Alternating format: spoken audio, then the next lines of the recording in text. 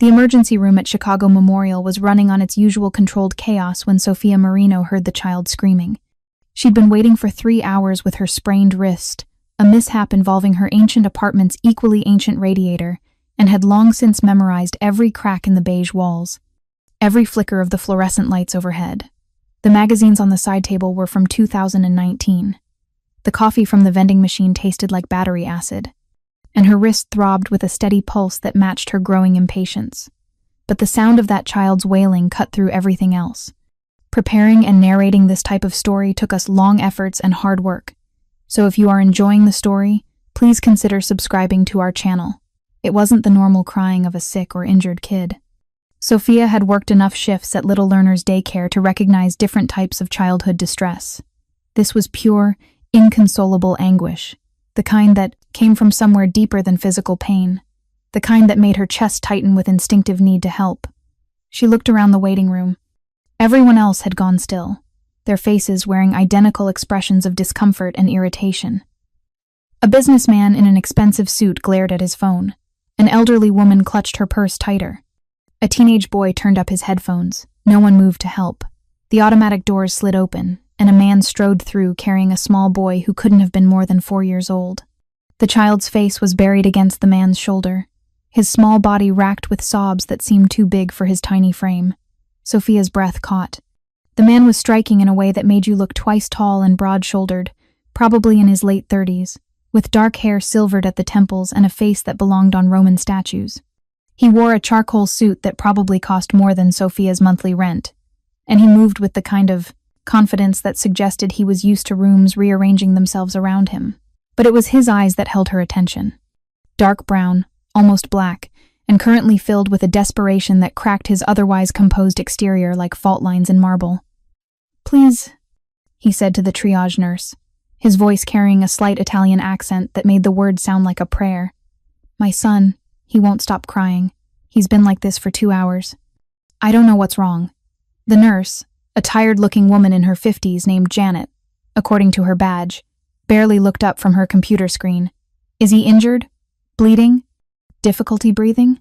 "No, but then you'll need to wait like everyone else, sir. We're dealing with critical cases first." "I understand that. But he's been inconsolable since, sir." Janet's voice took on that particular brand of exhausted authority that only ER nurses could master. "Unless there's a medical emergency, you'll need to take a seat." The man's jaw tightened, but he nodded once sharp and controlled. He turned toward the waiting area, and Sofia watched as every single person suddenly found something fascinating about their phones, their magazines, the scuffed linoleum floor. No one met his eyes. No one offered a sympathetic smile or even acknowledged the sobbing child in his arms. It was as if they'd all silently agreed that this man and his distressed son simply didn't exist. Sofia frowned. There was something off about the whole situation. She noticed it in the small details, the way the businessman's hand shook slightly as he scrolled through his phone, the way the elderly woman's knuckles had gone white on her purse, the way even Janet had avoided looking directly at the man for more than a second. They weren't just ignoring him out of typical waiting room apathy. They were afraid of him. The man settled into a chair against the far wall, arranging his son on his lap with a gentleness that contradicted his intimidating presence. He murmured something in Italian soft words that Sofia couldn't quite catch, but the child only cried harder, his small fists clutching at his father's jacket with desperate strength. "Shh, Piccolo," the man whispered, running his hand through the boy's dark curls. "Papa's here. Everything's okay. Please, amore mio, please calm down." But the crying continued, building into gasping sobs that made the child's whole body shake. Sofia watched as the man tried everything. He checked the boy's temperature with his hand, offered water from a bottle he pulled from somewhere, tried to distract him with his phone, with his watch, with gentle bouncing and rocking. Nothing worked. If anything, the child seemed to be spiraling deeper into whatever distress held him captive. The man's composure was cracking. Sofia could see it in the way his hands trembled slightly, the way his breathing had become measured and deliberate like he was fighting to maintain control. His eyes darted around the waiting room as if searching for help that wasn't coming. When his gaze landed on Sofia, she saw something flicker across his face. Not hope exactly, but a kind of desperate calculation. Then the child screamed a sound of such pure anguish that Sofia felt it in her bones. She was moving before she made a conscious decision to do so. Sofia crossed the waiting room in 6 steps, aware that every eye had turned to watch her with various expressions of shock and concern. The man looked up sharply as she approached, his body tensing in a way that suggested he was ready to defend his son from any perceived threat. "I'm not going to hurt him," Sofia said quickly, holding up her good hand in a placating gesture. I might be able to help." The man's dark eyes studied her face with an intensity that made her skin prickle. She felt evaluated, analyzed, judged in the space of a heartbeat. Then something in his expression shifted, not exactly trust, but perhaps the recognition of someone who understood desperation. "How?" His voice was rough, strained. "May I try something? It's just a song. Something my nonna used to sing when I was upset." For a long moment, he didn't respond. The child continued to sob against his chest, and Sofia could see the war playing out behind those dark eyes.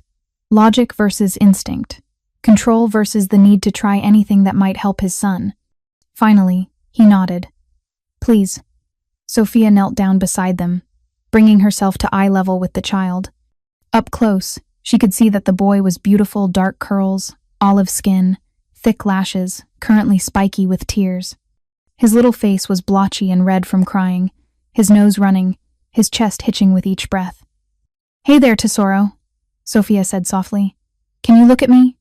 The child didn't respond, but his crying quieted slightly, just enough to suggest he'd heard her voice. Sofia began to sing.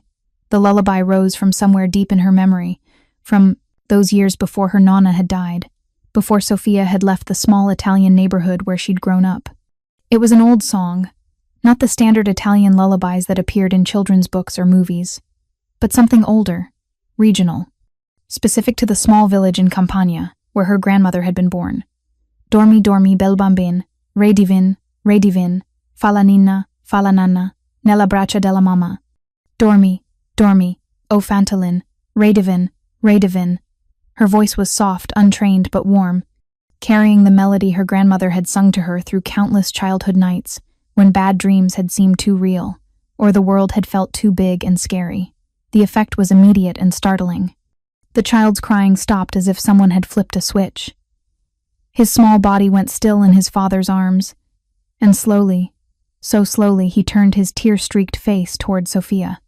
But it was the man's reaction that made Sofia's breath catch in her throat. He had gone absolutely rigid, every muscle locked, his face drained of color. His eyes were fixed on her with an expression of such shock, such profound disbelief, that for a moment, Sofia wondered if she'd done something terribly wrong. Then he spoke, his voice barely above a whisper, rough with emotion she couldn't identify. "Where did you learn that song?" Sofia blinked, confused by the intensity of his reaction. "My grandmother taught me. It's from Campania." His voice was flat now, controlled in a way that suggested he was holding back something enormous. "Provincia di Caserta, a village called Monte San Giacomo." Sofia's heart stuttered. "How did you? That's where my mother was from." His grip on his son had tightened, protective and desperate all at once. She sang that exact lullaby, that exact version, in that specific dialect. He swallowed hard, his dark eyes never leaving Sofia's face. "She died when I was 15. I have never heard anyone else sing it.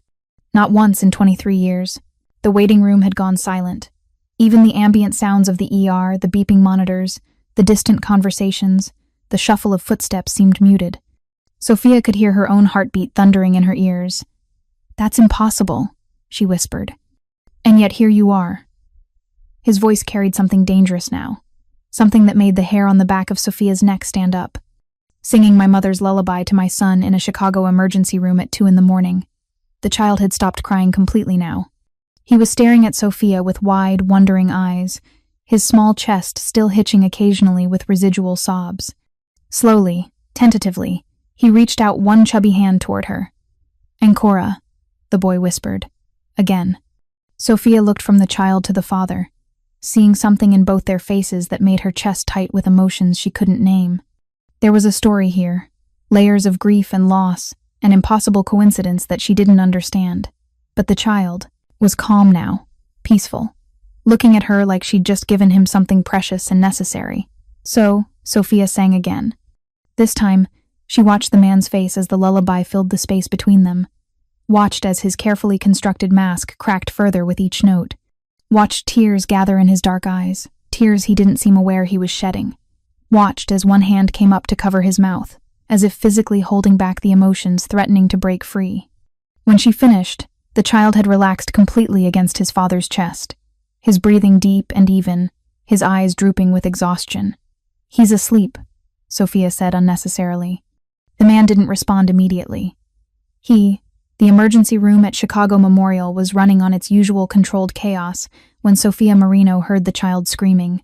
She'd been waiting for 3 hours with her sprained wrist, a mishap involving her ancient apartment's equally ancient radiator, and had long since memorized every crack in the beige walls, every flicker of the fluorescent lights overhead.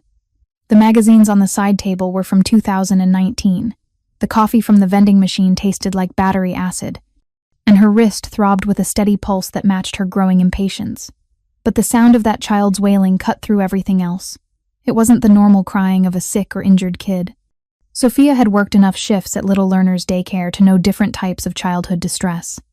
This was pure, inconsolable anguish, the kind that came from somewhere deeper than physical pain, the kind that made her chest tighten with instinctive need to help. She looked around the waiting room.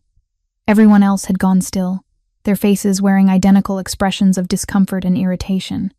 A businessman in an expensive suit glared at his phone. An elderly woman clutched her purse tighter.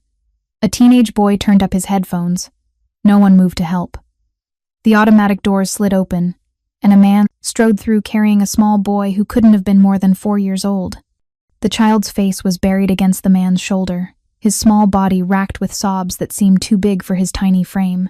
Sofia's breath caught.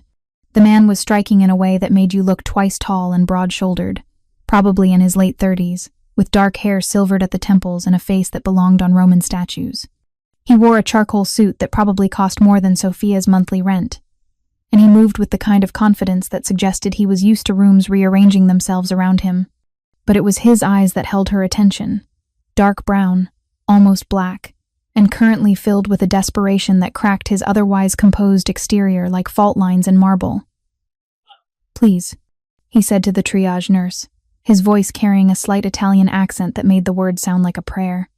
"My son, he won't stop crying. He's been like this for 2 hours. I don't know what's wrong." The nurse, a tired-looking woman in her 50s named Janet, according to her badge, barely looked up from her computer screen. "Is he injured? Bleeding? Difficulty breathing?" "No, but then you'll need to wait like everyone else, sir. We're dealing with critical cases first. I understand that. But he's been inconsolable since, sir." Janet's voice took on that particular brand of exhausted authority that only ER nurses could master. "Unless there's a medical emergency, you'll need to take a seat." The man's jaw tightened, but he nodded once sharp and controlled. He turned toward the waiting area, and Sofia watched as every single person suddenly found something fascinating about their phones, their magazines, the scuffed linoleum floor. No one met his eyes. No one offered a sympathetic smile or even acknowledged the sobbing child in his arms. It was as if they'd all silently agreed that this man and his distressed son simply didn't exist. Sofia frowned. There was something off about the whole situation. She noticed it in the small details, the way the businessman's hand shook slightly as he scrolled through his phone, the way the elderly woman's knuckles had gone white on her purse, the way even Janet had avoided looking directly at the man for more than a second. They weren't just ignoring him out of typical waiting room apathy. They were afraid of him. The man settled into a chair against the far wall, arranging his son on his lap with a gentleness that contradicted his intimidating presence. He murmured something in Italian soft words that Sofia couldn't quite catch, but the child only cried harder, his small fists clutching at his father's jacket with desperate strength. "Shh, Piccolo," the man whispered, running his hand through the boy's dark curls. "Papa's here. Everything's okay. Please, amor mio, please calm down." But the crying continued, building into gasping sobs that made the child's whole body shake. Sofia watched as the man tried everything. He checked the boy's temperature with his hand, offered water from a bottle he pulled from somewhere, tried to distract him with his phone, with his watch, with gentle bouncing and rocking. Nothing worked. If anything, the child seemed to be spiraling deeper into whatever distress held him captive. The man's composure was cracking. Sofia could see it in the way his hands trembled slightly, the way his breathing had become measured and deliberate, like he was fighting to maintain control. His eyes darted around the waiting room as if searching for help that wasn't coming. When his gaze landed on Sofia, she saw something flicker across his face. Not hope exactly, but a kind of desperate calculation. Then the child screamed, a sound of such pure anguish that Sofia felt it in her bones. She was moving before she made a conscious decision to do so. Sofia crossed the waiting room in 6 steps, aware that every eye had turned to watch her with various expressions of shock and concern. The man looked up sharply as she approached, his body tensing in a way that suggested he was ready to defend his son from any perceived threat. "I'm not going to hurt him," Sofia said quickly, holding up her good hand in a placating gesture. I might be able to help." The man's dark eyes studied her face with an intensity that made her skin prickle. She felt evaluated, analyzed, judged in the space of a heartbeat. Then something in his expression shifted, not exactly trust, but perhaps the recognition of someone who understood desperation. "How?" His voice was rough, strained. "May I try something? It's just a song. Something my nonna used to sing when I was upset." For a long moment, he didn't respond. The child continued to sob against his chest, and Sofia could see the war playing out behind those dark eyes. Logic versus instinct, control versus the need to try anything that might help his son. Finally, he nodded. "Please." Sofia knelt down beside them, bringing herself to eye level with the child. Up close, she could see that the boy was beautiful. Dark curls, olive skin, thick lashes currently spiky with tears. His little face was blotchy and red from crying, his nose running, his chest hitching with each breath. "Hey there, Tesoro," Sofia said softly. "Can you look at me?" The child didn't respond, but his crying quieted slightly, just enough to suggest he'd heard her voice. Sofia began to sing. The lullaby rose from somewhere deep in her memory, from those years before her nonna had died, before Sofia had left the small Italian neighborhood where she'd grown up. It was an old song, not the standard Italian lullabies that appeared in children's books or movies, but something older, regional, specific to the small village in Campania where her grandmother had been born. "Dormi, dormi, bel bambin, re divin, fa la ninna, fa la nanna, nella braccia della mamma. Dormi, dormi, o Fantalin re divin." Her voice was soft, untrained but warm, carrying the melody her grandmother had sung to her through countless childhood nights when bad dreams had seemed too real or the world had felt too big and scary. The effect was immediate and startling. The child's crying stopped as if someone had flipped a switch. His small body went still in his father's arms, and slowly, so slowly, he turned his tear-streaked face toward Sofia. But it was the man's reaction that made Sofia's breath catch in her throat. He had gone absolutely rigid, every muscle locked, his face drained of color. His eyes were fixed on her with an expression of such shock, such profound disbelief, that for a moment Sofia wondered if she'd done something terribly wrong. Then he spoke, his voice barely above a whisper, rough with emotion she couldn't identify. "Where did you learn that song?" Sofia blinked, confused by the intensity of his reaction. "My grandmother taught me. It's from Campania." His voice was flat now, controlled in a way that suggested he was holding back something enormous. "Provincia di Caserta, a village called Monte San Giacomo." Sofia's heart stuttered. "How did you— That's where my mother was from." His grip on his son had tightened, protective and desperate all at once. She sang that exact lullaby. That exact version, in that specific dialect. He swallowed hard, his dark eyes never leaving Sofia's face. "She died when I was 15. I have never heard anyone else sing it. Not once in 23 years. The waiting room had gone silent. Even the ambient sounds of the ER, the beeping monitors, the distant conversations, the shuffle of footsteps seemed muted. Sofia could hear her own heartbeat thundering in her ears. "That's impossible," she whispered.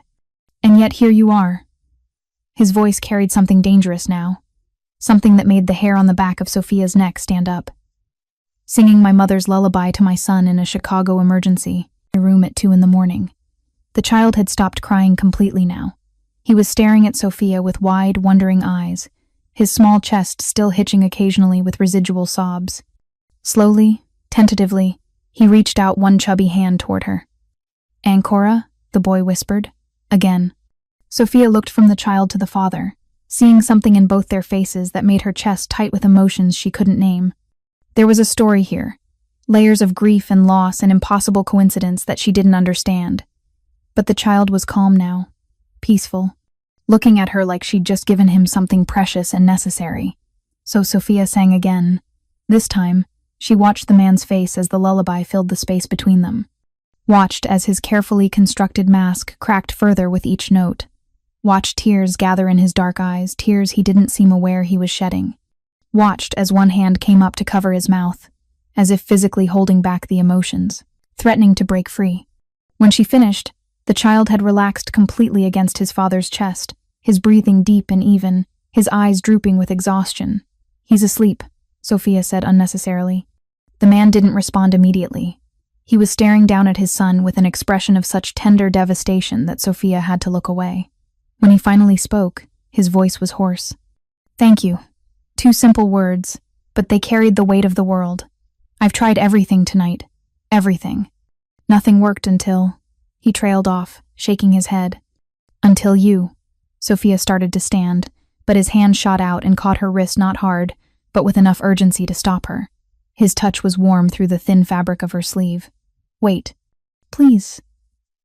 He seemed to realize he was still holding her and released his grip immediately, but his eyes held her in place just as effectively. "I need to know. Your grandmother, was her family name Corrado?" Sofia felt the blood drain from her face. "Yes. How could you possibly..." "My mother's sister married into the Corrado family. Her name was Isabella." His voice was tight with barely controlled emotion. "She had a daughter, Maria. That daughter would be..." He calculated quickly. "About your age now." The world tilted sideways. "My mother's name was Maria Corrado," Sofia whispered. "Before she married my father and became Maria Marino. She died when I was 8. My Nonna Isabella raised me after that." The man's face went through a series of emotions too quick for Sofia to catalog. Shock. Recognition. Something that looked almost like grief. When he spoke again, his voice was barely audible. "Then we're cousins.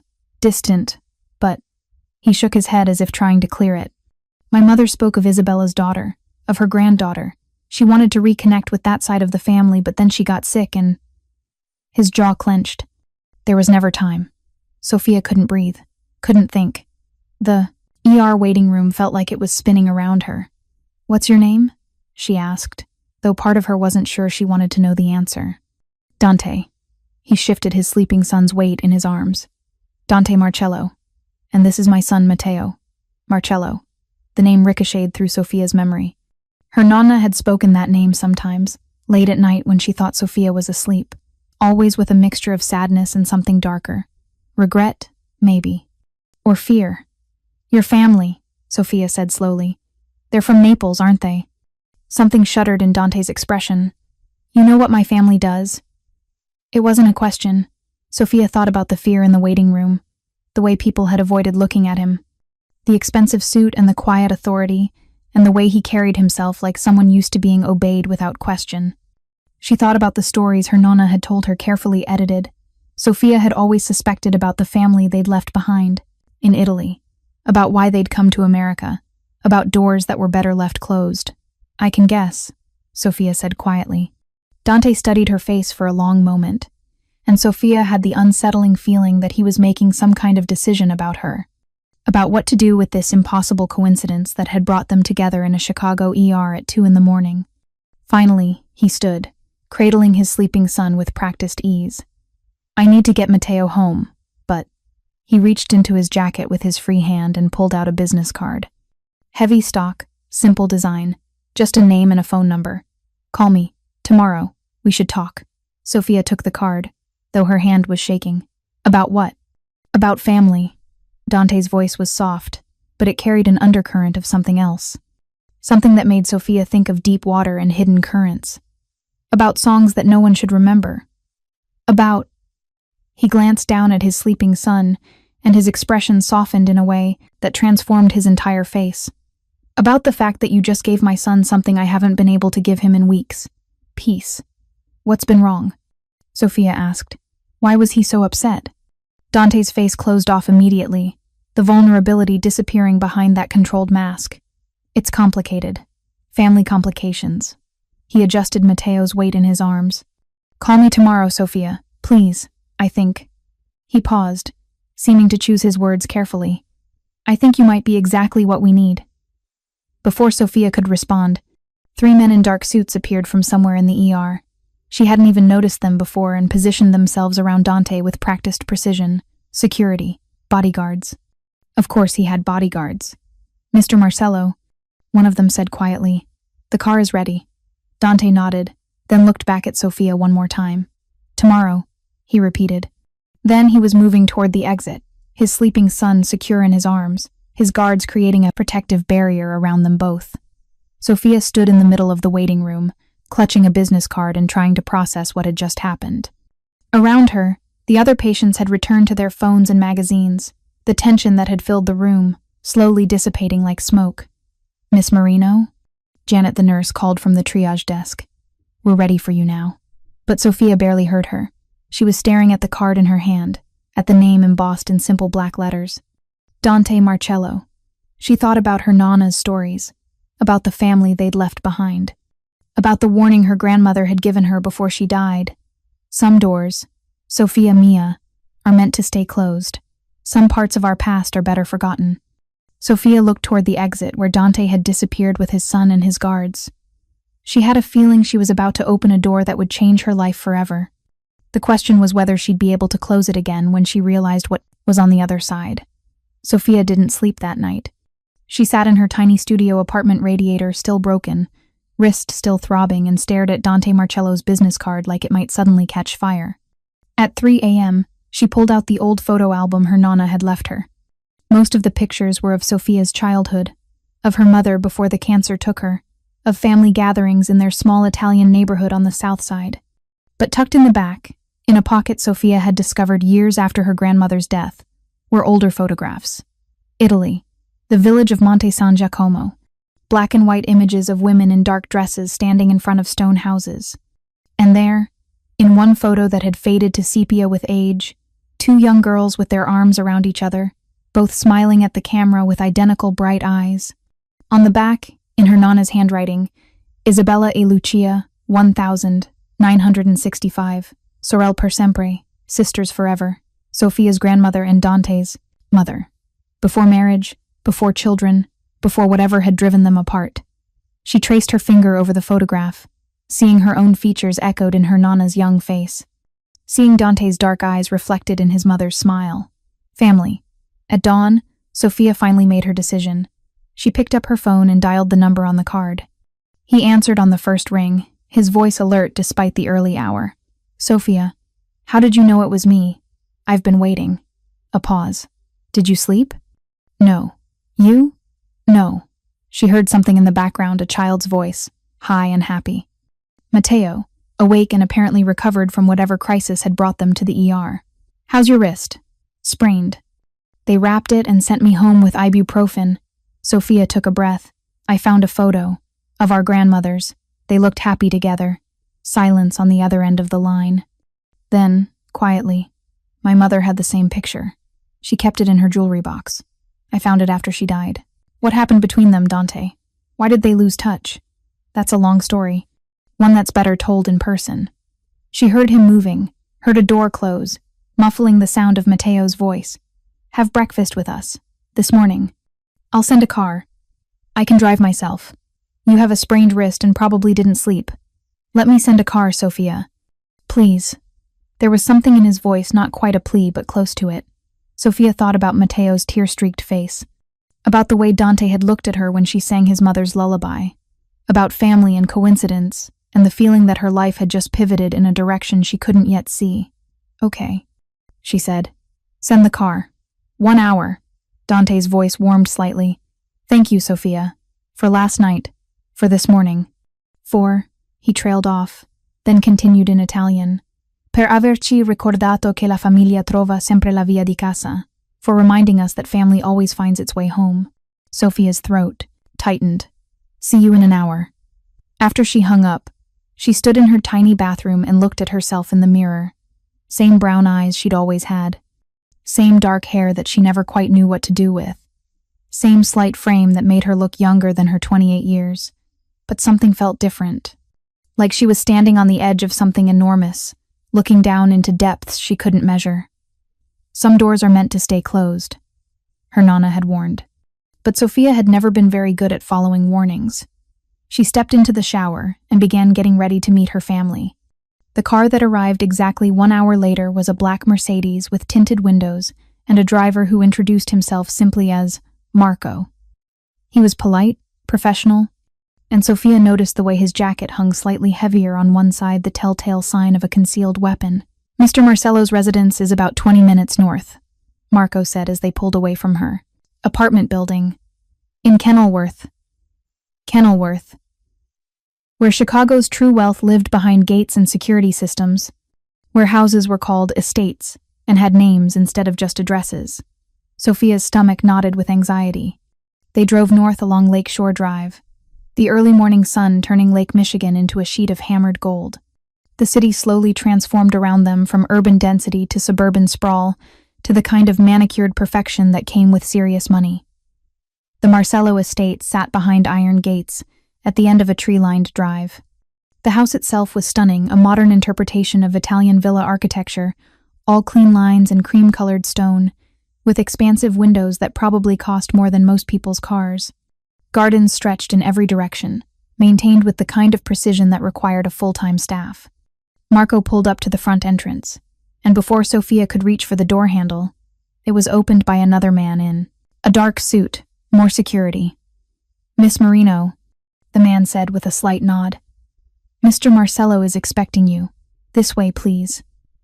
Sofia followed him through a foyer that managed to be both impressive and surprisingly warm. Original artwork hung on the walls, actual paintings, not prints. Fresh flowers filled vases on antique tables. Everything spoke of wealth, but it was tempered by something else: taste, history, a sense that this was a home, not just a showpiece. Sofia, she looked up to see Matteo racing down the curved staircase, his small feet pounding against marble steps, his face lit up with joy. He was wearing dinosaur pajamas and his dark curls were sleep mussed, making him look even younger than his 4 years. "Matteo, careful on the stairs." Dante's voice carried from somewhere above, but he was too late. The boy had already launched himself at Sofia, wrapping his arms around her legs with the total trust that only small children possessed. "Canta ancora," Matteo demanded, looking up at her with those huge dark eyes. "Sing again. Per favor." Sofia's heart melted. She knelt down carefully, mindful of her wrapped wrist, and found herself eye level with this beautiful child who had somehow claimed a piece of her heart in a hospital waiting room. "Maybe after breakfast," she said in Italian. "Va bene?" Matteo considered this seriously, then nodded. He slipped his small hand into hers with such natural ease that Sofia felt something crack open in her chest. She'd worked with dozens of kids at the daycare, had loved many of them, but this felt different, more immediate, more necessary. "Come on," Matteo said, tugging her toward what Sofia assumed was the kitchen. "Papa made pancakes. He only makes them on special days. He says today is special because you're here." Dante appeared at the top of the stairs, and Sofia's breath caught. Gone was the desperate father from the ER, replaced by someone more relaxed but no less compelling. He wore dark jeans and a simple gray sweater that probably cost a fortune but looked lived in and comfortable. His hair was slightly damp, and without the armor of his expensive suit, he looked younger, more approachable. But it was his expression that stopped Sofia's heart, the way he looked at her standing there with his son, like she was something precious and unexpected and slightly terrifying all at once. "Good morning," Dante said, coming down the stairs with fluid grace. "Thank you for coming. Thank you for the invitation." Sofia's voice came out steadier than she felt. "And for the car. Marco is one of my most trusted people. I wanted to make sure you got here safely." Dante's gaze dropped to their joined hands, Matteo still clinging to Sofia like she might disappear. Something soft crossed his face. "I see my son has already adopted you." "Vieni a fare colazione," Matteo insisted, pulling Sofia toward the back of the house. "Come have breakfast. Papa ha fatto a pancake a forma di dinosauro." Papa made dinosaur-shaped pancakes. Dante fell into step beside them, and Sofia was acutely aware of his presence, the warmth he radiated, the subtle scent of expensive cologne and something else. Coffee. Cedar. Something uniquely him. I should warn you, Dante said quietly as they walked. Matteo has been talking about you since he woke up. He called you his angelo. His angel. Sofia's throat tightened. I just sang him a song. You gave him peace when nothing else could. Dante's voice dropped even lower, meant only for her ears. You have no idea what that means to me. They entered a kitchen that was somehow both state-of-the-art and warmly inviting. Sunlight poured through floor-to-ceiling windows overlooking gardens that led down to what looked like Lake Michigan itself. The table was already set casual, family style, with a platter of pancakes in various dinosaur shapes that suggested Dante had spent considerable time on them. Did you really make these? Sofia asked, genuinely impressed. Matteo has been obsessed with dinosaurs lately. Dante pulled out a chair for her with old-world courtesy. I bought special cutters. Learning to make pancakes that don't look like shapeless blobs has been. He smiled, and it transformed his face completely, erasing years and danger and whatever darkness lurked in his world. An education. They sat down together, Dante, Sofia, and Matteo, and for a moment, it felt so natural, so right, that Sofia had to remind herself this wasn't her family. This wasn't her life. She was here because of an impossible coincidence and a lullaby that no one should remember. But watching Dante cut Matteo's pancakes into smaller pieces, listening to the boy chatter happily in Italian about the T-Rex on his plate, seeing the gentleness in every interaction between father and son, Sofia felt something shift inside her. This was a man who loved his child completely, desperately. Whatever else Dante Marcello might be, whatever his family did. Whatever darkness he carried, he was first and foremost a father trying to protect his son. So, Dante said once Matteo was absorbed in his breakfast, I suppose we should talk about the coincidence that brought us together. Is it a coincidence? Sofia asked quietly. Or is there more to this story? Dante's dark eyes met hers, and Sofia saw calculation there. Decision. He was choosing whether to trust her. More, he admitted finally. So much more. And as Matteo hummed happily between them, humming the melody of the lullaby Sofia had sung, she prepared to learn exactly what she'd walked into. The door her nonna had warned her to keep closed was wide open now. There was no going back. After breakfast, Dante suggested they talk in his study while Matteo had his morning lessons with his tutor. Sofia followed him through hallways lined with family photographs, mostly of Matteo at various ages, but also older pictures that caught her eye. A beautiful dark-haired woman, holding an infant. The same woman with a teenage boy who had Dante's eyes. Your mother? Sofia asked, pausing at one particular photo. Dante stopped, turning back. Yes, that's her with me when I was about 14, a year before she died. His voice went rough. Cancer. It moved fast. I'm sorry. Sofia studied the woman's face, seeing the same warm smile her own nonna had worn in that old photograph. She was beautiful. She was everything. Dante's jaw tightened. Come. There's something I need to show you. The study was masculine but not oppressive. Rich wood paneling, leather furniture, floor-to-ceiling bookshelves filled with actual books that looked read rather than decorative. But it was the wall behind the desk that made Sofia's breath catch. A family tree. Elaborate, detailed, stretching back generations. Dante moved to stand beside it. My mother spent years documenting this. She was obsessed with family history, with preserving our roots. His finger traced down one branch. Here. Lucia Corrado. Born 1,947 inches, Monte San Giacomo. My mother. Then his finger moved to an adjacent branch. And here. Isabella Corrado. Born 1,949. Your grandmother. Sofia stepped closer, seeing the names branch out: marriages, children, the complicated web of family that stretched across decades and an ocean. They were close, Dante continued, inseparable as children. My mother used to tell me stories about growing up with Isabella, how they shared everything: clothes, secrets, dreams. He paused, including that lullaby. It was their mothers, your great-grandmothers, and she only taught it to her daughters. It was intimate, private, a family treasure.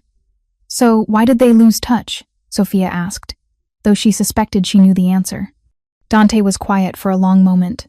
Because my mother married my father, Roberto Marcello. He turned to face her directly.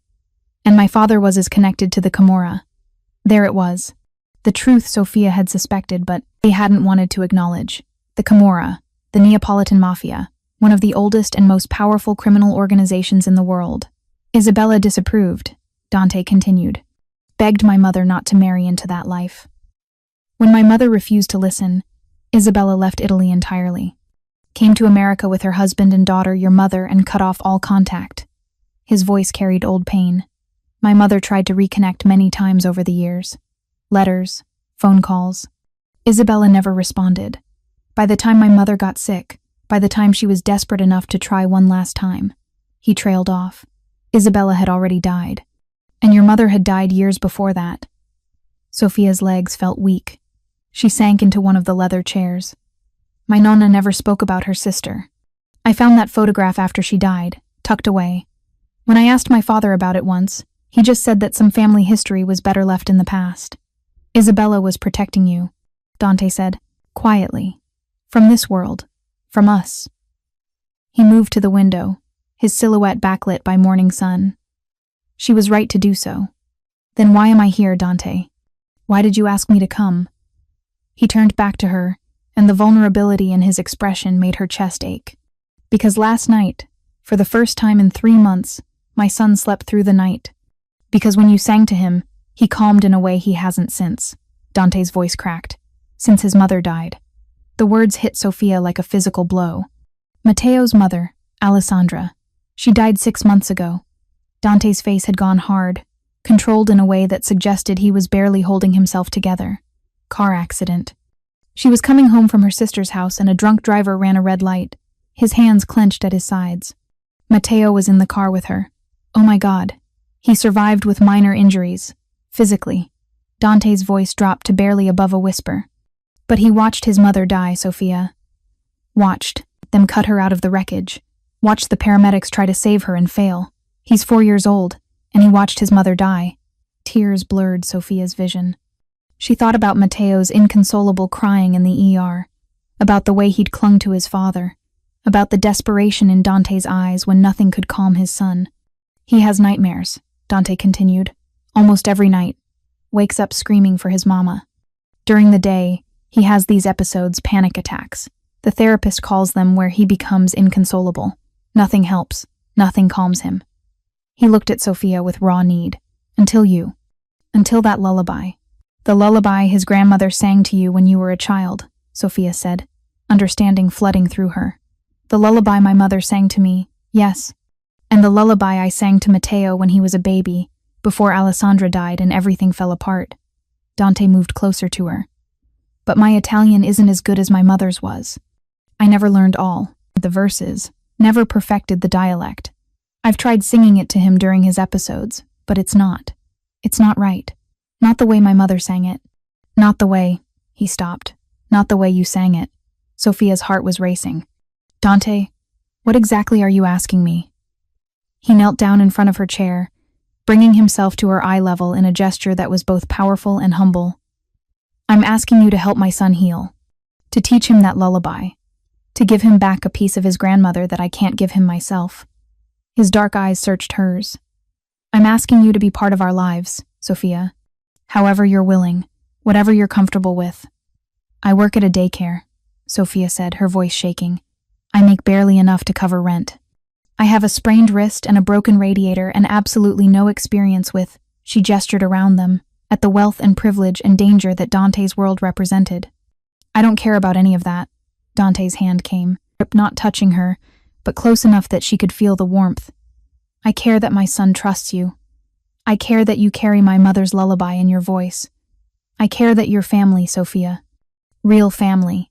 The only connection to that part of my heritage that my mother wanted me to preserve. Your world is dangerous, Sofia whispered. You have bodyguards. People are afraid of you. My nonna cut off her own sister to keep us away from this life. I know. Dante's jaw tightened. And if I thought there was any real danger to you, I would never have asked you here. But Sofia, I've spent my entire adult life trying to move my family's business toward legitimate enterprises. My father built an empire on fear and violence.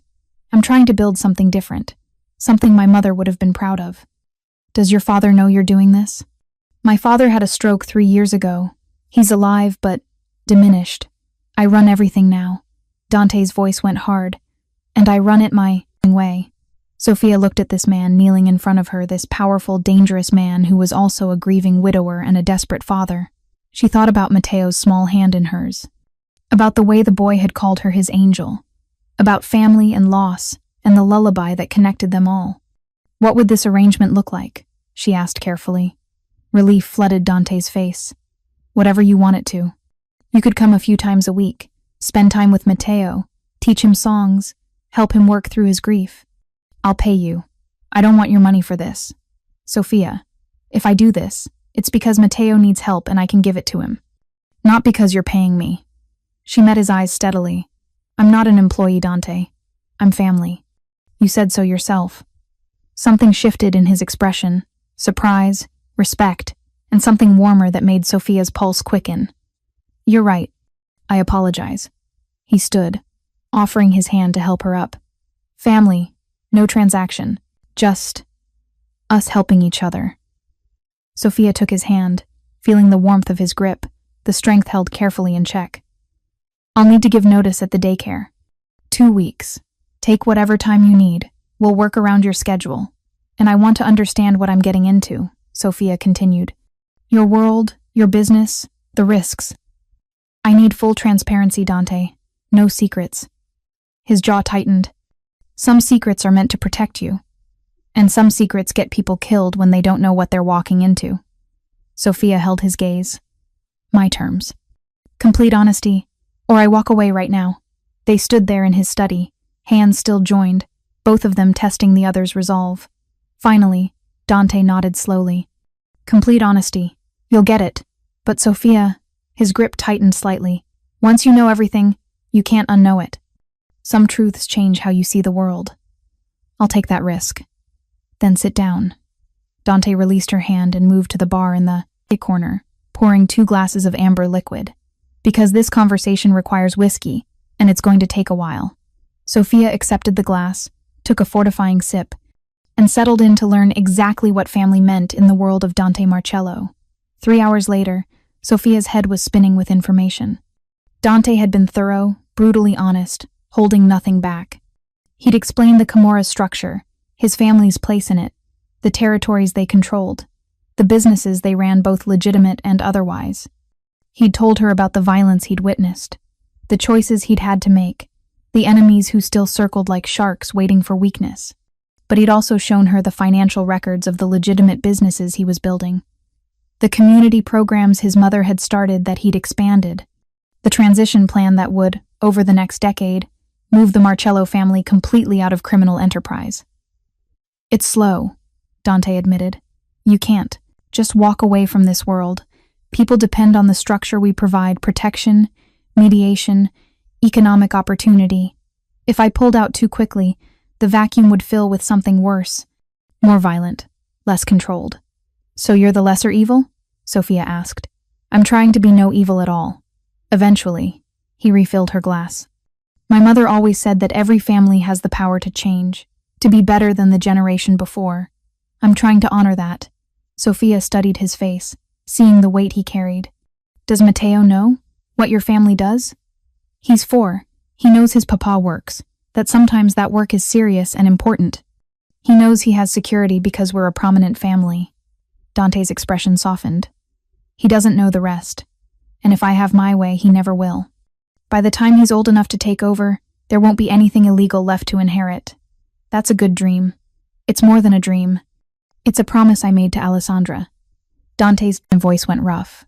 She hated this life. Grew up in it, her father was connected to the Camorra too, and she hated every moment. She married me despite it, not because of it. Made me swear that our son would have a different life. She sounds like she was remarkable. She was. Dante pulled out his phone, showed Sofia a photo. A beautiful woman with auburn hair and green eyes, laughing at the camera while holding a toddler, Matteo. She was funny, fierce, completely unimpressed by power or money. She chose to love me even after she knew what I was, what my family did, that kind of grace. He trailed off. I don't deserve to find it twice in one lifetime. Sofia felt her chest tighten at the implication in his words. Dante, I'm not asking for anything, he said quickly. I know this is complicated, I know you came here for Matteo, not for me. He set down his phone, his dark eyes meeting hers. I just need you to understand that you walking into our lives feels like a second chance I didn't expect. For Matteo to have family, for me to make good on the promises I made to my mother about preserving our heritage, for both of us to heal. A knock on the study door interrupted them. One of the security guards, the one from the car, Marco, stepped in. Mr. Marcello, I apologize for the interruption, but Matteo's tutor just finished, and the boy is asking for Miss Marino. Dante's expression immediately shifted to something warmer. Tell him she'll be right there. After Marco left, Sofia stood, smoothing her clothes with her good hand. I should probably get going soon anyway. I have a shift at the daycare this afternoon. Let me drive you. You don't have to. I want to. Dante moved closer, and Sofia was suddenly very aware of how tall he was, how his presence seemed to fill the space around them. Besides, Matteo will want to say goodbye, and he smiled slightly. I want to make sure you come back. I said I would. I know, but I also know this is overwhelming, and I know that walking away would be the smart choice. His hand came up, hovering near her face without quite touching. I'm hoping you'll make the foolish choice instead. Sofia's breath caught. This close, she could see flecks of gold in his dark eyes, could smell cedar and coffee, and something uniquely him. Could feel the pull of attraction that she absolutely should not be feeling for a man she'd met 12 hours ago in an ER waiting room. A man whose world was built on danger and secrets. A man who was also a devoted father, a grieving widower, and someone trying desperately to be better than his inheritance. I'll come back, Sofia heard herself say. Not because of you. Because of Matteo. Dante's smile was knowing. Of course. Because of Matteo. But as they left the study to find his son, Sofia couldn't quite convince herself that was the whole truth. Matteo was in what Dante called the playroom, though calling it that was like calling the Sistine Chapel a church. The space was enormous, filled with every toy and learning tool a child could want, but arranged in a way that felt warm rather than overwhelming. The boy was building an elaborate dinosaur scene with blocks when they entered, but his face lit up immediately when he saw Sofia. Sofia! He abandoned his blocks and ran to her, wrapping his arms around her legs again. Hai finito di parlare con papà? Are you done talking with Papa? Yes, tesoro. But I have to go now. I have work. Matteo's face fell. Tornerai? Will you come back? Sofia knelt down, bringing herself to his eye level. I will come back, I promise. Maybe in a few days? Tomorrow, Matteo negotiated. Come back tomorrow. Per favore? He looked at his father. Papa, dil che può tornare domani. Papa, tell her she can come back tomorrow. Dante crouched down beside them, and suddenly the three of them were at eye level, forming a small circle. Matteo, Sofia has her own work to do. We can't demand all her time, but I want her to stay. Matteo's eyes filled with tears. She knows la ninna nana della nonna. She makes everything quiet inside. His small hand pressed against his chest. Right here, where it usually hurts. Sofia felt her throat close with emotion. She looked at Dante and saw her own feelings reflected in his face. This child's pain, this desperate need for comfort, this impossible situation they'd all stumbled into. What if I come back the day after tomorrow? Sofia suggested gently. And between now and then, I'll teach your papa the rest of the lullaby. So if you have bad dreams, he can sing it exactly right. Matteo considered this seriously. You promise you'll teach him all the words? Even the hard ones in the old language? I promise. The boy looked at his father. And you'll practice? So you get it, right? Dante's hand came to rest on his son's small shoulder.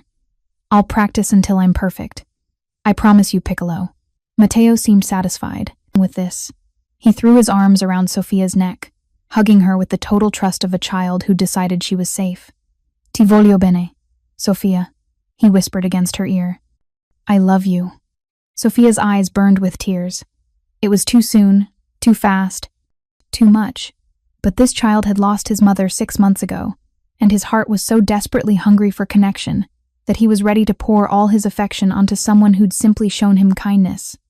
Anch'io ti voglio bene, Sofia whispered back, her voice breaking. I love you too. When Matteo finally released her and went back to his dinosaurs satisfied that she'd return, Dante walked Sofia toward the front entrance. That wasn't fair of him. Dante said quietly. Saying he loves you when you barely know each other. He's 4 and grieving. He doesn't understand appropriate emotional timelines. Neither does his father, apparently. Dante's voice was soft, but his meaning was clear. Sofia stopped walking, turning to face him in the marble foyer. Dante, I know, too soon, too complicated, too dangerous. His dark eyes held hers. But I need you to understand something, Sofia. My son isn't the only one who felt something shift when you sang that lullaby. When you appeared in that ER like some kind of answer to prayers I didn't even know I was making. This isn't real, Sofia said, though her voice lacked conviction. This is grief and coincidence and family.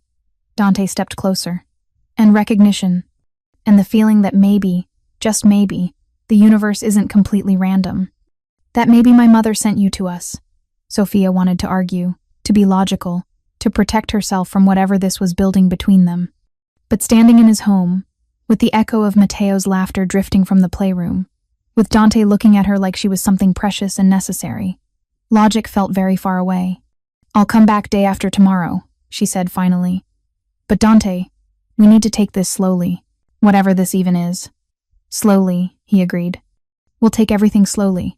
But as Marco drove her back to her tiny apartment, back to her normal life that suddenly felt like it belonged to someone else, Sofia couldn't shake the feeling that slowly was already a lost cause.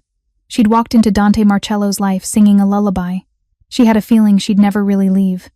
That night, Sofia lay in her narrow bed and stared at the ceiling, replaying every moment of the day. Her phone buzzed around 1:00 p.m. with a text from an unknown number. Unknown, it's Dante. Marco gave me your number. I hope that's okay. Sofia saved his contact, her heart doing something complicated in her chest. Sofia, it's fine. How's Matteo? Dante, asleep. For now. I've been practicing the lullaby. I recorded myself and it sounds terrible. Despite everything. Sofia smiled. Sofia, I'm sure it's not that bad. Dante, I'm sending you the recording. Judge for yourself. A minute later, a voice memo came through. Sofia pressed play and heard Dante's deep voice carefully working through the lullaby's verses. He wasn't wrong, his Italian was good, but the dialect was off, the melody slightly wrong in places that would matter to a child who remembered how his grandmother had sung it. But there was something achingly tender about hearing this powerful man struggling through a children's song, his voice soft with the kind of love that couldn't be faked. Sofia, you're right, it needs work. But Matteo will love that you're trying. Dante, will you really teach me? All of it? Sofia, yes. When I come day after tomorrow, we'll work on it together. Dante, thank you, Sofia. For everything. For today. For agreeing to come back. For not running away when I told you the truth about my family. Sofia, I haven't decided yet if staying is brave or stupid. Dante, maybe it's both.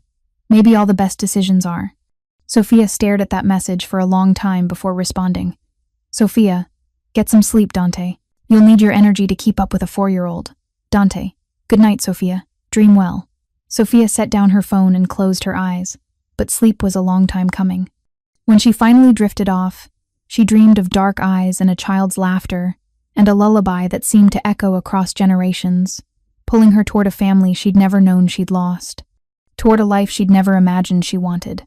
Toward a man who was absolutely, definitely, the most complicated choice she could possibly make.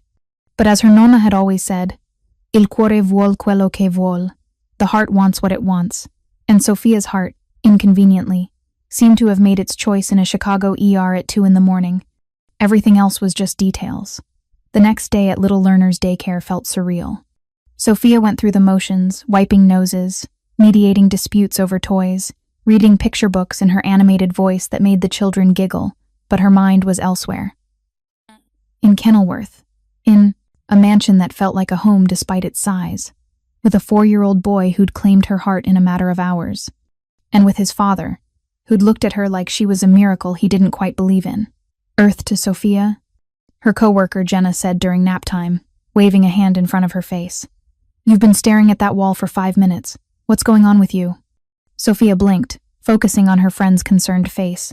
Jenna was her age, had worked at the daycare for 6 years, and knew Sofia well enough to read her moods.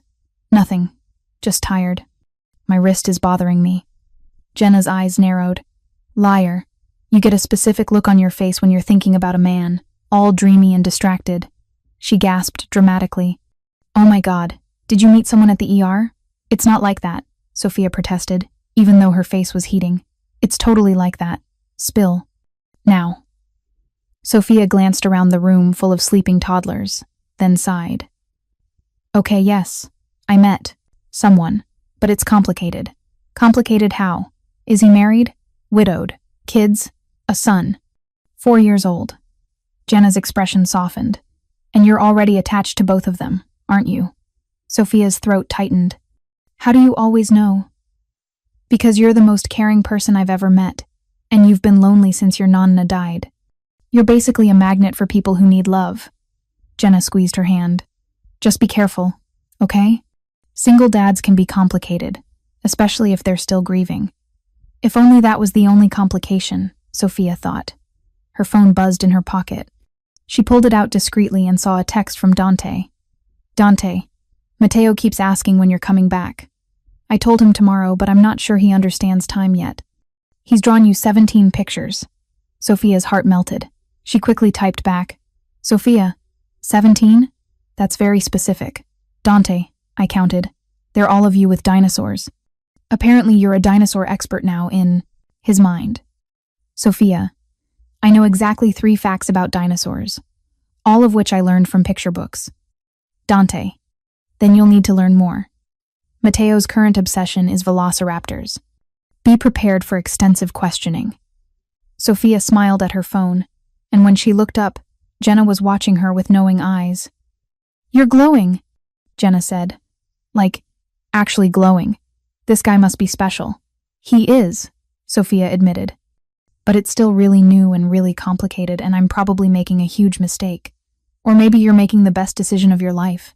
Jenna stood as the first child began stirring. From nap time. Either way, I want to hear everything at happy hour on Friday. And I mean everything. The rest of the afternoon passed in a blur. Sofia's phone buzzed periodically with updates from Dante, photos of Matteo's drawings, a video of the boy singing a mangled version of the Lullaby, a question about whether Sofia preferred red or white wine for tomorrow's lunch.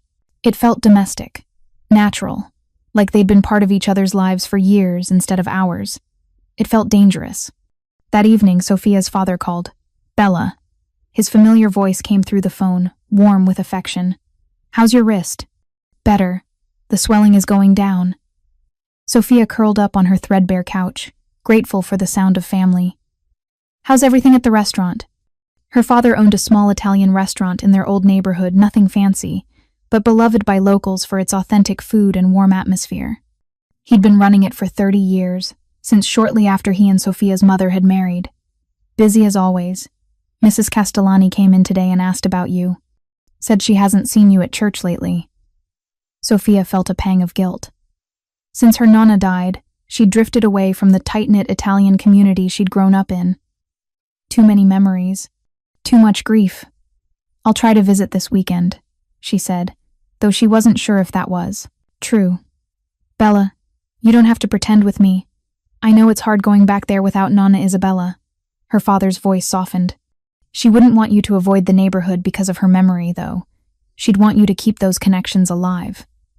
Sofia thought about Dante's family tree on his study wall, about 2 sisters torn apart by choices and distance, about heritage lost and found in the most unexpected ways.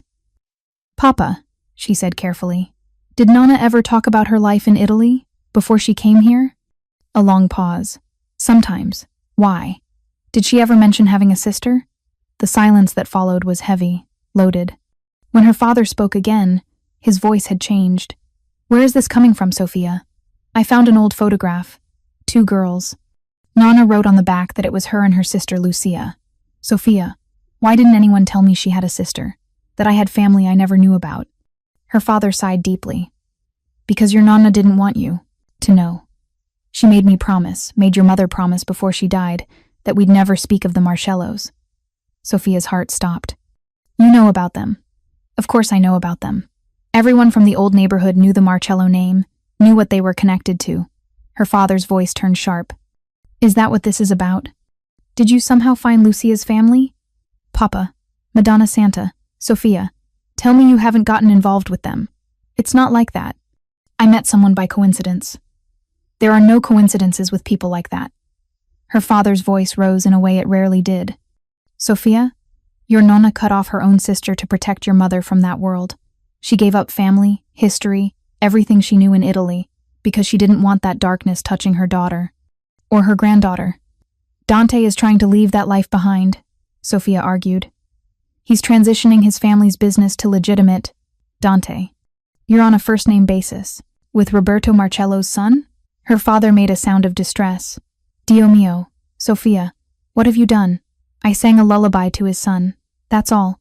The boy was crying in the ER, and I sang Nonna's song and he recognized it. Understanding flooded her father's voice. Of course he did. That song was special to Lucia and Isabella. Their mother only taught it to them. He was quiet for a moment. How old is the boy? 4. And his mother? Died 6 months ago. Car accident. Her father swore softly in Italian. So the child is grieving and his father is desperate, and you with your huge heart and your need to fix everyone, you walked right into their lives. It's not like that. It's exactly like that, Bella. And I understand why you did it. But Sofia, those people, that world, it's not like the movies. It's real danger. Real violence. Your nonna saw what it did to her sister. Watched Lucia become someone she didn't recognize. That's why she left. That's why she never looked back. Sofia felt tears prick her eyes. But they're family, Papa. Real family. The only connection to Nonna's past that still exists. Sometimes the past should stay buried. Her father's voice gentled. I'm not saying this to hurt you, Tesoro. I'm saying it because I love you and I don't want to lose you the way Isabella lost Lucia. Promise me you'll be careful. Promise me you won't let yourself get pulled into something you can't escape from. I promise, Sofia whispered. But even as she said the words, she knew they were hollow. She'd already been pulled in. From the moment Matteo's small hand had reached for hers, from the moment Dante had looked at her like she was the answer to a question he'd been asking for years. After hanging up with her father, Sofia sat in the darkness of her apartment and thought about choices. About her nonna choosing safety over family. About Dante's mother choosing love over safety. About all the women caught between loyalty and desire, between the world they knew and the world they wanted. Her phone buzzed. Dante, Matteo just had a nightmare. I tried singing the lullaby, but he's still crying. Can I call you? Sofia stared at the message, her father's warnings echoing in her head. This was her chance to step back, to establish boundaries, to protect herself from whatever complications lay ahead. Instead, she pressed the call button. Dante answered immediately, and Sofia could hear Matteo's sobs in the background. Sofia, Dante breathed, relief evident in his voice. Thank you. Would you sing to him? Just for a minute? Put him on, Sofia said softly. There was rustling, then Matteo's hitching breaths close to the phone. Tesoro, Sofia said gently. Ella Sofia. Ascolta, amore mio. It's Sofia. Listen, my love. And then she sang. The lullaby poured through the phone line, crossing the distance between her tiny apartment and Dante's mansion, wrapping around a traumatized child like an embrace. Sofia could hear Matteo's crying gradually slow, his breathing evening out. When she finished the song, there was silence. Then Dante's voice, rough with emotion. He's asleep, just like that. Good, Sofia whispered. Sofia, Dante paused. Thank you doesn't seem like enough. You don't have to thank me. Yes, I do. You keep saving him, saving us. Another pause. I know this is a lot. I know we're asking too much of you. If you need to step back, I'll see you tomorrow, Sofia interrupted, like we planned. Are you sure? No. She wasn't sure about anything except that a 4-year-old boy needed her, and his father was trying so hard to be good, and she couldn't seem to walk away, even though every logical part of her brain was screaming that she should. I'm sure, she lied. Dante was quiet for a moment. Your voice changes when you sing. Did you know that? It gets softer, more tender, like you're wrapping each note in love. Sofia's breath caught. Dante, I'll let you sleep. But, Sofia? His voice dropped lower. I'm glad the universe brought you to us. However complicated, however impossible, I'm glad. After they hung up, Sofia sat in the darkness and let herself acknowledge the truth she'd been avoiding. She wasn't falling for Dante Marcello and his son. She'd already fallen. The only question now was how hard she'd hit the ground. The next morning, Sofia woke to 17 texts from Dante. All of them were photos of Matteo's drawings, sent one by one throughout the night as Dante apparently couldn't sleep. Each drawing showed stick figures labeled in wobbly Italian, Sofia, Papa, and Matteo. In every single picture, they were holding hands. Sofia stared at those simple drawings and felt her carefully constructed defenses crumble completely. This child was already building her into his family, into his future, into the narrative of how his life would continue after his mother's death. And his father, dangerous, complicated, grieving, was letting it happen, maybe even encouraging it. She should run, should call Dante and explain that this was moving too fast, that she needed space, that she couldn't be what they needed her to be. Instead, she texted back, Sofia, tell Matteo I love all 17 drawings, especially the one where I have purple hair. Dante, he said you should have purple hair in real life, that it would make you look like a dragon princess. I'm not sure where he got that idea. Sofia, probably from the dinosaur books. Everything leads back to dinosaurs. Dante, everything leads back to you actually. He's been talking about you since he woke up.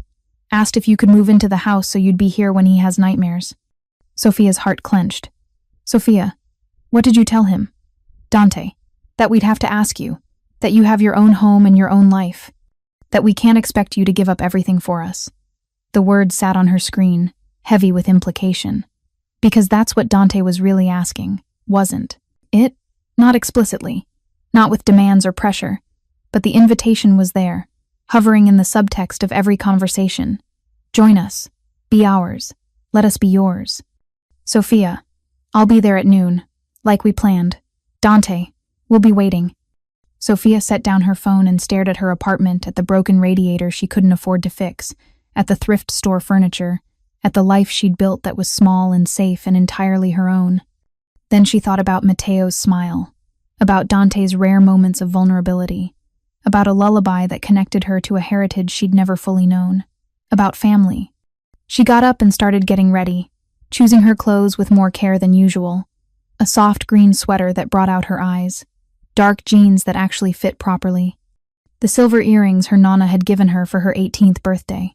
She was putting on armor, she realized, not to keep Dante and Matteo out, but to remind herself that she was still Sofia Marino, still herself, even as she stepped deeper into their world. Her phone rang just as she was grabbing her jacket. Jenna. So I did some Googling last night, Jenna said without preamble. Dante Marcello, real estate developer, philanthropist, on the board of like 6 charities. Also, and this is the interesting part, connected to one of Chicago's oldest Italian families with rumored ties to organized crime. Sofia's stomach dropped. Jenna, I'm not judging. I'm just saying I understand now why you said complicated. This isn't just single dad complicated. This is potentially dangerous complicated. I know, and you're going back anyway. I am. Jenna sighed. Then at least promise me you'll text me every few hours so I know you're alive. And if anything feels wrong, anything, Sofia, you call me immediately. I promise. And for what it's worth. Jenna's voice softened. I've known you for 4 years. I've never heard you sound the way you did yesterday when you were talking about him. Maybe this is crazy, but maybe crazy is exactly what you need. After hanging up, Sofia stood in her apartment doorway and took one last look at her safe, small life. Then she stepped through and locked the door behind her. Marco was already waiting at the curb in the black Mercedes. Good morning, Miss Marino, he said with a slight smile. Mr. Marcello asked me to give you this. He handed her a coffee cup from a cafe Sofia had mentioned in passing yesterday, with her exact order written on the side. Dante had remembered, had sent Marco to get it specifically for her. Sofia climbed into the car, cradling the warm cup, and let herself admit what she'd been denying for 2 days. She wasn't just falling. She was already gone. When they arrived at the Marcello estate, Matteo was waiting on the front steps, practically vibrating with excitement. The moment Marco opened the car door, the boy launched himself at Sofia. Sofia, sei qui. You're here. He grabbed her hand and started pulling her toward the house. Devi vedere la mia nuova collezione di dinosauri. I papà ha detto che possiamo cantare insieme. I ho fatto colazione e ho mangiato tutto il mio toast. Sofia laughed, letting herself be dragged forward by this enthusiastic child who'd decided she was the most important person in his world. Slow down, tesoro. I want to hear about everything, but I can only understand so many words at once. Dante appeared in the doorway, and Sofia's breath caught. He was wearing dark jeans and a simple navy sweater, his hair slightly disheveled like he'd been running his hands through it. He looked younger like this, less intimidating, more human, and the way he looked at her like she was sunlight breaking through clouds made Sofia's pulse race. "Good morning," Dante said, his voice warm. "I apologize for the enthusiastic greeting." "Don't apologize. It's perfect." Sofia met his eyes and saw something flicker there. Recognition. Connection. The acknowledgement that something had shifted between them, even in the space of a single night apart. "Come on," Matteo demanded, still pulling Sofia forward. "Papà viene adesso." "I'm coming, Piccolo." Dante fell into step beside Sofia as they entered the house. His hand briefly touched the small of her back, a gesture so natural and brief that it could have been accidental. But Sofia felt the heat of it through her sweater, felt her body respond in ways that had nothing to do with family connection or songs from childhood. They spent the morning in Matteo's playroom. The boy showed Sofia his extensive dinosaur collection with the kind of detailed knowledge that only a passionate 4-year-old could possess. He told her about velociraptors and their hunting strategies, about the long neck of a brachiosaurus, about the armor plating of an ankylosaurus. Dante sat nearby, watching them with an expression that made Sofia's heart ache. There was such tenderness there, such gratitude, like he was watching his son come back to life after months of grief and trauma. "You're really good with him," Dante said during a moment when Matteo was absorbed in arranging his dinosaurs into a complicated battle scene. "He's an easy kid to love," Sofia said simply. "Alessandra would have liked you." The words came out rough, like they hurt to say. She always said Matteo needed more people in his life who understood how to talk to children. Not at them, but with them, as equals. "Tell me about her," Sofia said softly, "if you want to." Dante was quiet for a long moment, watching his son play. "She was fire," he said finally, "passionate, stubborn, completely unafraid of anything. She came from our world. Her father was connected, but she hated it, wanted out, wanted normal, but she married you anyway. But she married me anyway." A slight smile. "She said I was her exception. The one part of this life she was willing to accept." His expression darkened. "And then, this life took her anyway. Dante, the accident, was just an accident. I know that. The police investigated thoroughly. Drunk driver, wrong place, wrong time. Nothing to do with my family or my business." His jaw clenched. "But it doesn't matter. She died because she was part of my world. Because she was driving home from her sister's house after a visit that happened because I was working late. Because life is random and cruel and sometimes there's no one to blame," Sofia interrupted gently. "Just like when my mother died. Just like when my nonna died. Sometimes bad things happen to good people and there's no deeper meaning." Dante looked at her, and Sofia saw the grief he carried so carefully. "You really believe that?" "I have to. Otherwise the anger would eat me alive." They sat in silence for a moment. Two people who understood loss, watching a child play with dinosaurs, as if the world wasn't complicated and painful and impossibly hard. Then Matteo looked up. "Adesso, cantiamo? Can we sing now?" "Sofia, insegna a papà la canzone giusta." "Sofia, teach Papa the song the right way." So they did. For the next hour, Sofia taught Dante the lullaby verse by verse, correcting his pronunciation, showing him the subtle ways the dialect differed from standard Italian. Matteo sat between them, his small face serious and focused, occasionally piping up with corrections when his father got something wrong. It was intimate, domestic. The three of them creating harmony together, building something that felt almost like family. And when Dante finally sang through the entire lullaby without mistakes, his deep voice wrapping around the old words with newfound confidence, Matteo threw his arms around his father's neck. "È perfetto, papà. It's perfect. Adesso puoi cantare quando ho paura e sarà come quando la nonna cantava. Now you can sing when I'm scared and it will be like when Grandma sang." Sofia saw Dante's eyes go bright with unshed tears. He pulled his son close, pressing a kiss to the top of his head. and over Matteo's shoulder, he looked at Sofia with an expression that made her heart stop. "Thank you," he mouthed. Sofia nodded, not trusting her voice. This moment of healing, of connection, of a father reclaiming a piece of his heritage to give to his traumatized son, this was why she was here. The danger, the complications, the warnings from her father, and the fear in the back of her mind, none of it mattered as much as this. As family finding its way home. They had lunch on the terrace overlooking the lake, casual, easy, Matteo chattering between bites about dinosaurs and drawings, and whether Sofia thought velociraptors would like pasta. "I think they'd prefer meat," Sofia said seriously. "But maybe they'd try pasta if you asked nicely." Matteo considered this.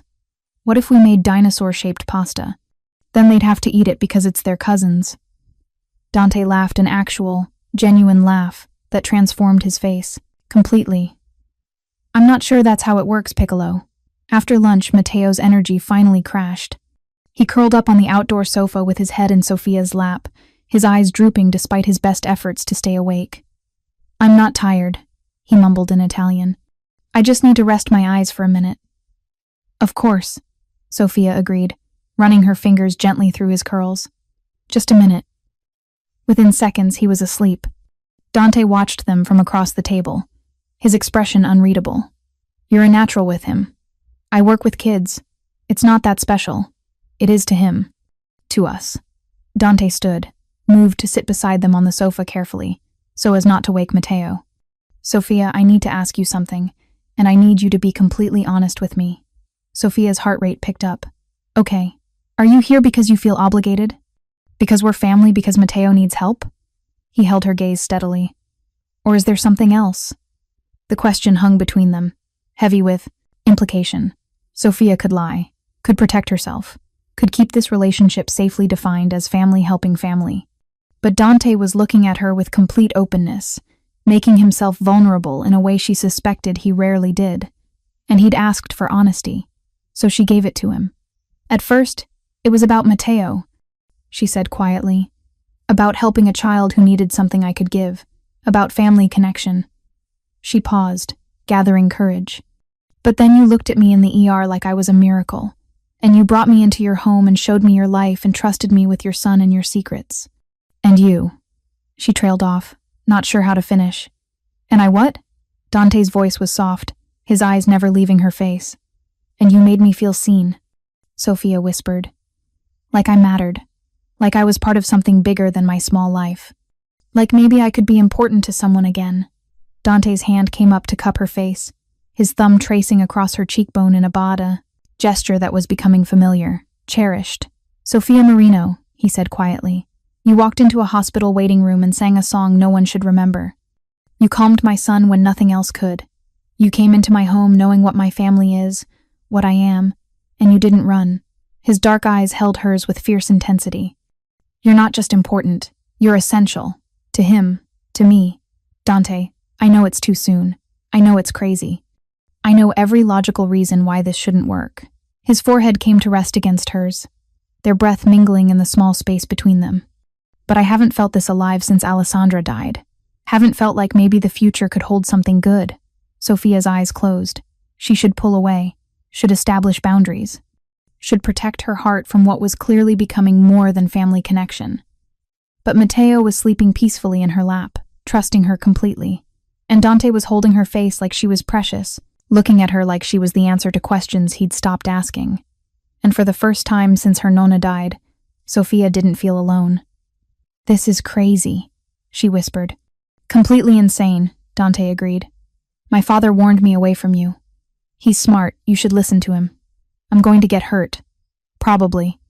I'm a disaster of a man with more baggage than any person should have to carry." Sofia opened her eyes, found Dante watching her with something raw and desperate in his expression.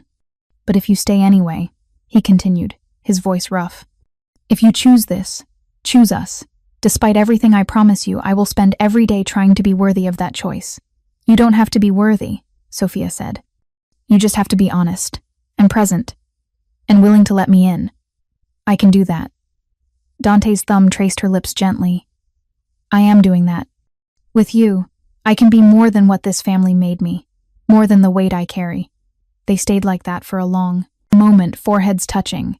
Matteo sleeping between them, the afternoon sun warm on their skin. Two broken people finding something whole in each other. A family forming in the spaces between loss and hope. When they finally pulled apart, Dante's expression had shifted to something more practical. We should talk about logistics. If you're going to be part of our lives, really part of them, we need to figure out what that looks like.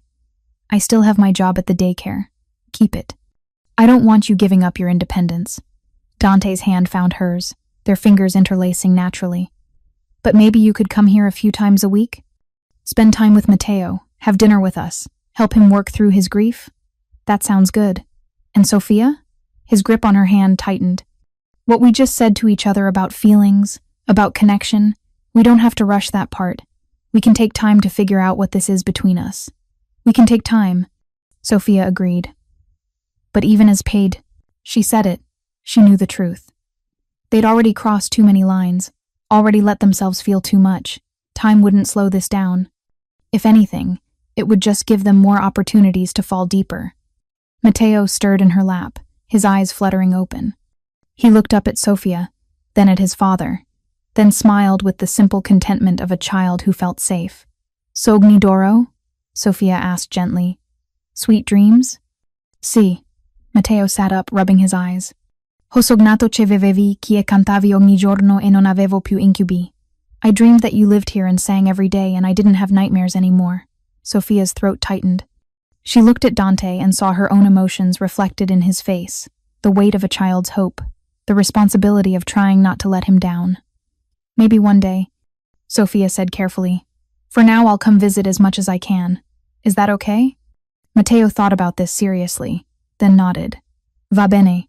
He climbed off the sofa and reached for both their hands. Andiamo a vedere I pesci nel laghetto. Let's go see the fish in the pond. So they did. The three of them walked down to the small pond at the edge of the property, Matteo between them, holding both their hands, looking for all the world like a family. And as Sofia watched Dante point out different fish to his son, heard Matteo's delighted laughter, it felt the warmth of belonging settle around her like a blanket. She let herself believe that maybe this crazy thing could work, that maybe she'd found her way home, even if home was more complicated and dangerous and impossible than she'd ever imagined. Even if home was a mafia boss and his grieving son and a lullaby that connected them across generations, it was still home. And Sofia Marino had finally found where she belonged. Preparing and narrating this type of story took us long efforts and hard work. So if you are enjoying the story, please consider subscribing to our channel